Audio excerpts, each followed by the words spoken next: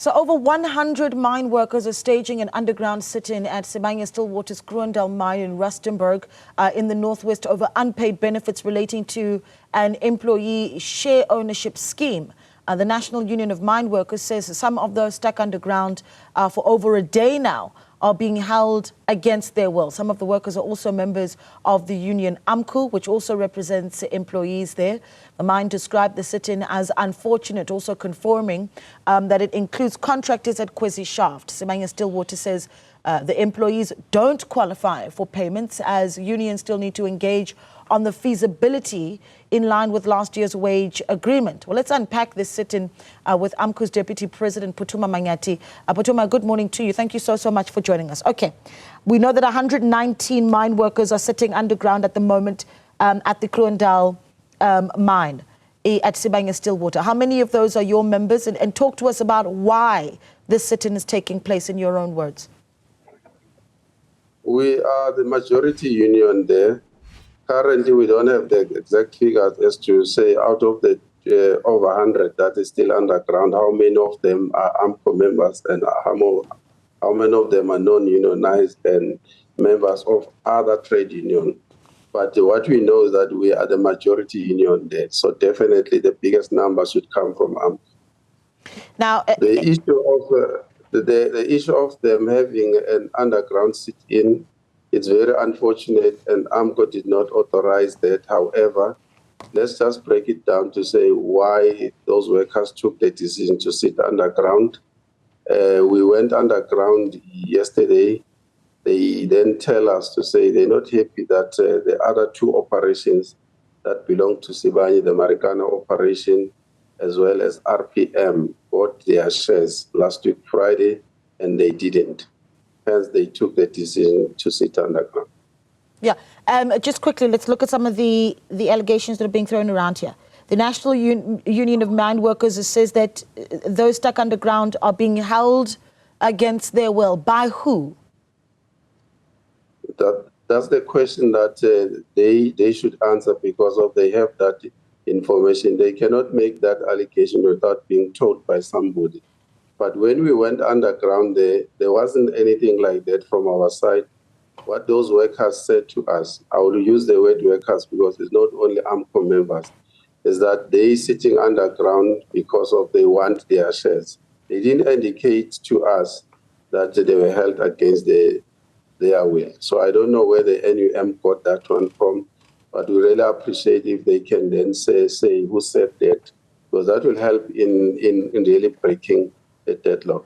But is Amcu speaking to some of its own representatives about whether or not there are workers that are in the sit-in unwillingly? I mean, are you engaging your own members about possibly not putting pressure on mine workers to stay underground?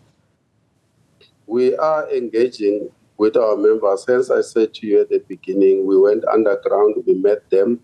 They didn't say to us they were held hostage. That has never come out to us. They said that would have then obviously intervened and said, who is holding you hostage? So I'm just surprised that why would the NUM then said there are people held against their will?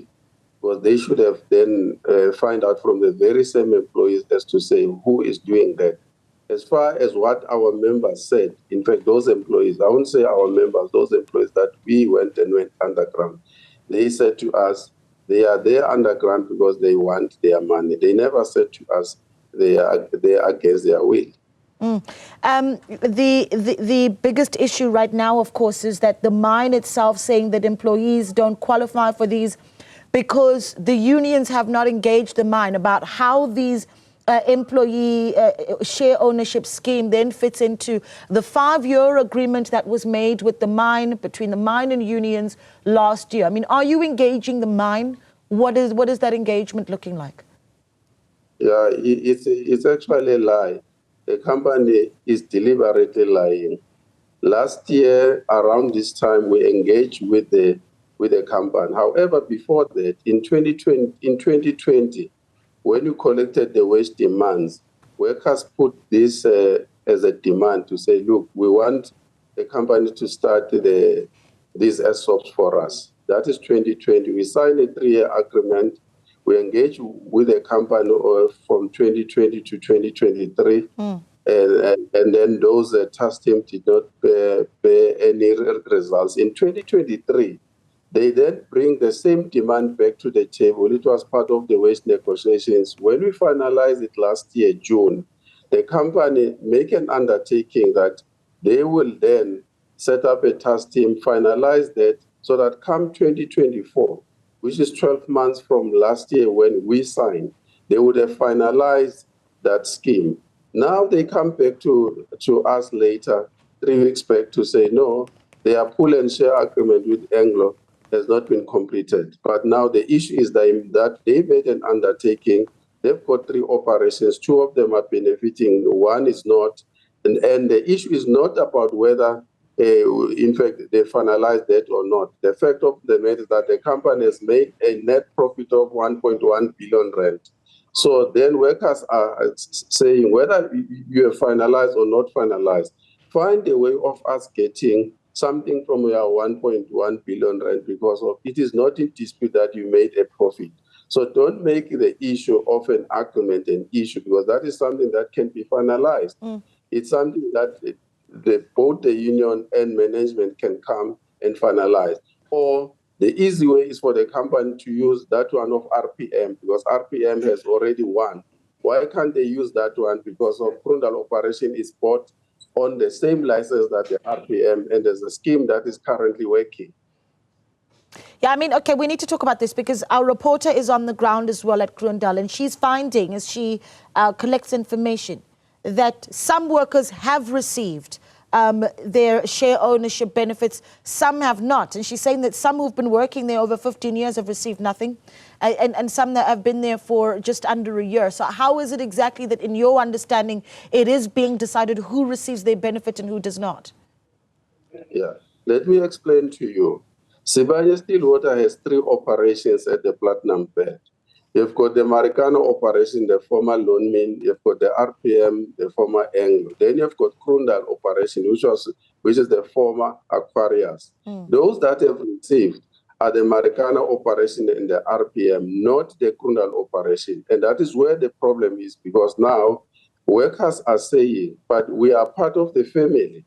How can you give some kids something and you don't give us anything? And that has been happening since Sibanye bought Kroondal operation. Hence, I said to you, this issue is old.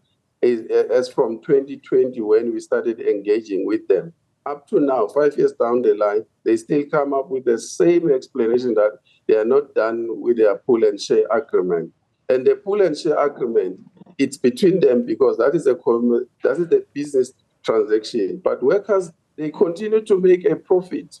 And the company is saying there's no guiding document. And who must create the guiding document? Workers went underground, they worked very hard, they made the profit. Then the company was supposed to conclude that document. Yeah.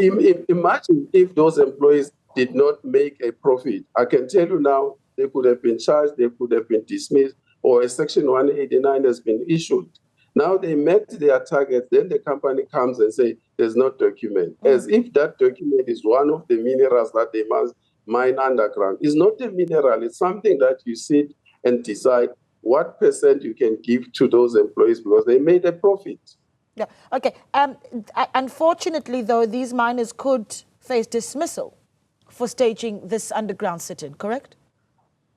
Yes, that's why as a responsible union, we have intervened to say to them, look, as much as you are angry, but you are solving this problem in a wrong way, bring the issue to us so that we can take the matter forward through our legal desk to the CCMA and everything and declare a proper dispute, which then will then serve the company if you mandate us to do that, because we are a mandate-driven organization. If they mandate us to say, look, we want to have a proper protected strike, nothing stops us from following that route. But what was surprising that they went underground, they don't want to come out from underground. Hence, we are intervening, despite us not having okayed that sit-in. But we must intervene as a responsible union and continue to advise them of what is the best way of dealing with this situation. I mean, there's also the question around whether or not workers feel protected by the unions, particularly when you start to watch I suppose, antagonistic relationship between Amcu and NUM. How are you engaging together as the two unions on the matter? No, on this one, there's no tension between unions. The workers that are underground, they belong to both unions, including non-unionized, including WASA and Solidarity. The issue here is that the employer is not honoring part of his contract. That's the issue. And now they want now to deviate that as if there's tension. There's never been tension. The issue is that the company has made a profit of 1.1 billion, and the employees said, please share with us. That's the issue. Okay, well, we're going to leave it there. Thank you so much. Of course, we've got our reporter on the ground, Zola Sholwana, who's keeping us updated on that story. She'll be speaking to NUM as well as trying to speak to some of those mine workers as well. We believe that 81 of them who were staging that sit-in have now been released and come up. That there was Phuthuma Manyathi, Amcu Deputy President, speaking to us.